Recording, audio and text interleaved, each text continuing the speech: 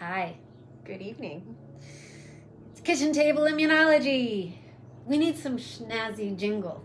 Oh, Dun, dun, dun, dun, dun, dun, dun. perfect. I think you nailed it. I might try next time, but we're going to go with that for today. And what is Kitchen Table Immunology, Aubrey? Kitchen Table Immunology is Diana and I's take on our previous experiences in the bodies and professions that we have, mixed with the current emerging evidence and science that is mainstream and otherwise, and in no way, shape, or form is this diagnosing, prescribing, even really recommending. This is just Or even right. Right. Yeah. Ooh, I love my new mask, but it's a learning curve. Yeah, or right. Yeah, we're not assuming that we're right. In fact, I might be doing an editorial next week when I get back from my little weekend over something that I want to restate. But this is us just creating some dialogue and hopefully some conversation beyond us about what's going on and how we might think about it in a civilized manner. Yes, the how to think, not the what to think. That is our motto. I like it. All right, you should talk about why we are doing the Leadership Edition episode. Okay. That's a lot. There's a lot inside of that, but There's so much. In fact, this is probably a theme that we will return to, in part because 20 minutes. yes, exactly. This is going to be a short one for us. Watch us. So each of us in our own ways end up being responsible for bringing groups of people together. And now that we're in a completely new phase in Arizona where we're permitted to do that, the question becomes, if we're committed to community and we feel that there's an actual need to bring people together, not the what, but how? What is it like? What are the things we think about, and we think that a lot of people should be thinking about as we look at, hey, how responsible is it? What needs to be in place in order to bring people together in a way that's going to allow for safety, being in compliance with guidelines, but also in a way that actually allows people to connect. How do we create a container where everyone can show up with their own sense of individual bubbles and their own set of individual protocols? Can we create containers that allows for all of that to show up and keep everyone safe?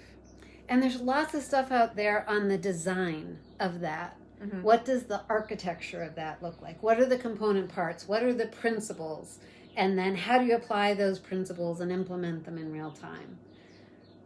But there's not so much conversation about what does leadership look like in all of that. And, I work on leadership in my professional life, and leadership, the way we think about it, is that you're being a part of the solution and not a part of the problem. And so it really does range from what's the leadership that I take inside of myself as I'm figuring things out, to the leadership I take in the grocery store when I see something and do I say something, kind of thing, all the way up to volunteer leadership to gather people together to accomplish something like, even like the volunteer leadership to say, hey, I'm going to organize the 5:00 Zoom happy hour is a kind of leadership. Mm-hmm. Or I'm going to invite people over to my backyard and I'm going to set up, separate spaces for everyone that we can, right? That's a kind of leadership for sure. And then all the way up to much more formal leadership of you've agreed to think about a whole host of things that other people don't even realize need to be thought about, and they're trusting you to think about that. And what does that feel like? how does that operate? And then how do you communicate and all of that? Mm-hmm. Yeah. And I think that as you're speaking to that, there's even a responsibility that we have as leaders. There we go. I'll get it. About what's the difference between, is it even our responsibility to educate people? Right. about, that's it there. I would say that there's some responsibility to say, hey, inside of this container that I'm creating for you guys to show up in, educating them about the rules and laws and the how to navigate that space. But then there's a question of, is it really appropriate or the leader's job to do a basic level of education for people? Right. And then that can become a litmus test for, if people are not educated at this level, are they appropriate in the space or not? And that could be one of the filters or the gateways. But then you also have to really look and go, okay, but is that exclusionary? And how committed am I to inclusion? And under what circumstances and all of that? So I think it's not so much a single, can I keep people from getting infected question. No. What you just said was a perfect microcosm of the work that we do on leadership development in any setting. It's just once you take it to life or death risks, we get to see all of this more clearly. Right? How much do I get to set the rules of engagement when I'm leader? When does that start being overly restrictive? How much am I responsible for the culture, the attitude, the approach? What information is bottom line in order to get people to engage? And how do I work with that information so that it's integrated? Which is the education question. Just providing information isn't education. Education is, how is it that it becomes usable to people? Right. And that occurs at two levels too. There's does the individual's brain recognize the usefulness of the information, and does it make sense as a motivating reason to do it? But then there's also the training for the actual, like I'm doing right now, right? Right. There's a difference between intellectually delivering the information, but then also actually having the experience and the physical training to right. do it properly. Right. So Aubrey comes home, if she's been out in a big exposure space, she changes in the garage, she walks in the house in new clothes that were out in the garage. After I wash my hands outside. After she washes her hands outside. I didn't even know that piece. And then she goes and takes a shower. I have been observing this. These are my little eyes observing, noting, but I'm not going out much at all. But today I was in a medical facility. That's a really good time for me to be following the same protocol. But was I practiced on it? Heck no. I had nothing in the garage. I walked in and I stripped in the foyer. But then I came My eyes were not on that. I came and I put on new clothes. And then I was like, wait, I was supposed to shower first. Yeah. And I think that that's actually such a great point, that depending on what the group is that you're creating, some of the groups that I end up working with, we are doing a lot of really physical things. And it's in environments that aren't familiar. They're a little rugged. You're already looking possibly for snakes and where you put your hands and all of that. And so, again, I think that one of the things that's appropriate for leadership to be looking at is inside of the context of what actually goes on in that environment, and the levels of vigilance, and are power tools being used, and is that person's bandwidth going to be taken up because they're already using something dangerous? Is it really realistic for all of the additional protocols that might be needed for PPEs or social distancing or whatever? Is it reasonable to ask people to actually take on that level of performance? And are they practiced enough in it? And then, just because there's not enough level of dilemma, question, and complication there's another level of how much responsibility as a leader do I have to invest in and ensure the individual autonomous freedom of individuals. So first of all, there's the obvious pieces of, if I am draconian and restrictive in ways that are about my power and not about something that is our agreed upon my role to do. Okay, so that's an obvious one. But what about the other side of it? What if you don't even realize how much if I give a, trying to get a quick example, like, oh, if I only wear fashion masks and there are people around me that subconsciously like take that as a cue, and because I'm the leader, the only masks that are acceptable here are fashion masks. How much is it my responsibility as the leader to kind of get a step ahead of that? Because if I'm not working to get a step ahead of it, it'll happen without me even noticing. Right? It'll just be, oh, look, we all have these great fashion masks. So what's my responsibility to recognize that people are just going to follow along, and I need to educate them about their choice? Because if I don't educate them about their choice, they will look to me like they've made a choice, when in fact they're just going along to get along. Right. Yeah, that falls very much in line with the next thing that I wanted to talk about, which is when there's a violation or an accident inside of the container that you've created and inside of the protocols that we've created, or when someone shows up with their best effort and it's not actually at the standards that you need it to be, then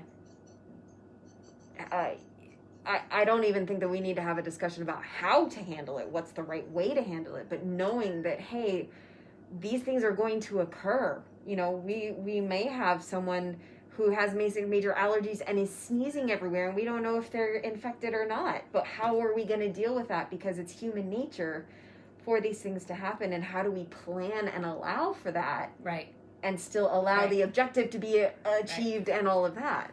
Because that is the place where these questions that we could apply in a bunch of different things become ever more acute. Because we are creating leadership protocol that any individual can only engage based on an internal reality and assessment that no one else has access to. Like, even our best medicine is not accomplished at saying, oh, your immune system is check. Right. Right? We talked about last time, there's not a threshold, but there's also no metrics that take into all of the different things that go both into the immune system and into lifestyle and all of that, and allow us, somebody else, to see into you. So I've got to go on some interaction between what you're telling me about your reality, what I know about those things that you're telling me, and then what we see in the space, and all of this in an environment where the probability scheme and the risk factors you don't get feedback on for weeks. Right. And you may never. Right? Right. There is so much of it you won't even get feedback on. Right. Wow. You know, as we're having this conversation, I have had so much resistance to the idea, to the suggestions that on whatever team I'm creating, that I designate one person as in what lands in my head as the social distancing police. I've had such a oh no, I can be a good lead and a good example and use my charisma to implement this, but actually inside of this conversation I'm recognizing that, especially with some of the spaces that I lead in, there's so much going on anyways, and it's all moving so fast and there's so many moving pieces that actually it's not benevolent to myself as a leader to add that extra layer of responsibility and risk and all of that, but that to actually create it does make sense to create an entirely new team or another resource stream in order to deal with what is an unusual situation. Right. And it relates to when we were talking about the shower. Like, we're not practiced enough at the attention, so that unless we assign the tasks for someone who's going to devote themselves to that training and attention, we risk more. Right. Exactly. Yeah. This has been really useful. Thank you. Excellent. Yeah. So, we have 6 minutes, I think. Perfect. I want to give a shout out to Kealoha. Well, yes, but I'm not sure we can do justice to that question right now. That's fair. And there was a different question that you asked on the leadership topic. Now, yeah. Well, so what I will do is, Ke aloha. We hope that this conversation has given you some things to think about, even though it wasn't about an individual's health immunocompromised space. Ke aloha asked us a question, and we're going to address that question specifically on our next time. Yeah, let's just say that. Okay, great. Right, and because that question is about, here are a specific conglomeration of circumstances. They're circumstances that land on the immunocompromised, they trigger some of the things. But for a person then to say, oh, for me on this day, like, it's actually the other side of the leadership question, right? A leader can't look in and say that. Right. But a leader does need every individual in the space to have done that at the level that Ke aloha's question was, which is why I want to give it more attention next time. Yeah. What I want to say, though, right now, you had asked me, as someone who's immunocompromised by somewhere on that metric, what I want from leaders. Yeah. And one answer is everything that we just talked about. I want leaders that are thinking about all these things that we just said, which is a tall, tall order. Mm-hmm. But here's another thing we haven't talked about. And I'm going to put it in the opposite. I don't want to be, this is going to be funny in light of a conversation we had earlier today. I don't want to be someone's excuse. Uh-huh. And I mean it just the opposite of the way we were talking about it earlier today. So I don't want to be what becomes a scapegoating that says, oh, I don't have those things she has. That's what immunocompromised looks like. And I'm going to use her to prove that I'm strong. And once we get all the Dianas out of the space, then we have permission to now become complacent because we've taken care of that little problem. And now I don't need to look at my own stuff. Right? Like that's the thing that's the really big thing I don't want, is some sense that there is a threshold, there is a box, and it's the Diana box or whoever we want to put in it, and I'm not them, and it triggers all the othering, and it triggers complacency. I want every leader to know, like, to be 100% sure that the space they are in can and should happen without them. If they had any symptoms, if they became in contact with someone, or if they wake up one morning and realized, in a way they didn't expect, they identify with being vulnerable, and that they deserve protection. I want of the leaders that I work with that they will protect the preciousness of their own life more even than they would protect mine. Because only when that's happening do I trust that they're actually protecting mine. Interesting. I really like that. Because I had prepared with for my own self, like what would I need, and I think we end up at a very similar place. What I want from the standard that I hold myself to as a leader, and then what I would like to see other leaders hold themselves to, is to create a container in a way that no one has to be their own advocate in order to feel safe. That, like, that's the only option. Right. Yeah. And I don't expect the leaders that I'm around to be perfect, but to the extent that I experience them as an advocate for the children, so they're going to be that very proactive space, that very, and when things go wrong, this is how we're going to handle it, and these contingency plans, rather than just eliminate the risk. The more that I feel like inside of their transparency and inside of their communication, that I can tell that these these things have been addressed, and then I can actually show up with my basic protocols intact and not needing to manufacture additional protocols because I know that I'm not going to have to, because I don't have to ratchet up in order to bring a concern or to confront something. That is, and I think it does come to that same space, that space of holding life precious enough to do the due diligence. And I what I can hear is like you're saying that if a leader isn't willing to do that for themselves, it's difficult to trust that they're going to do it for anyone else.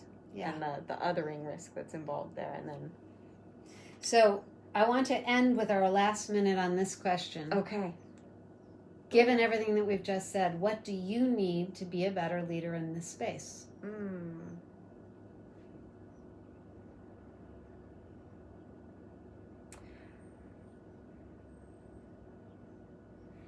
I can see that. I mean, it comes down to active listening, but this attitude shift from this is a good one for me personally. Rather than seeing the participants that are going to come into the space as their own set of little Tasmanian devils that are one of the additional things I have to manage, really actually shifting within myself to get curious about where their concerns do come up, rather than it landing like, oh my God, another thing I have to handle or manage. Get really curious about, oh, hey, I think I do have that handled for you, but tell me more. How can I use this concern to improve what's going on? And like I said, this mask it's good training. It's brand new, so I'm still learning how to talk with it on. Yeah, thank you for that question. How about you? Oh.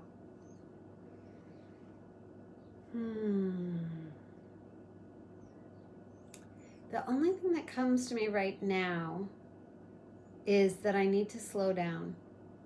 That there's a tendency I have, especially in something like this, that as it gets complex and as the stakes get heightened, I want to rev up and speed up and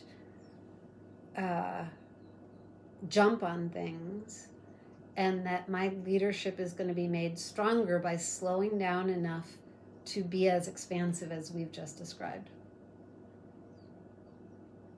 Okay. Thank you to Bear Heart. Hi, Bear nice Heart. To see you. And that's enough for today because you got someplace to be, but we've got an agenda. We will be back with more. Probably next week. Love you. Bye. All meetings end with love you in pandemic times. Instead of apples. Wait. Finish.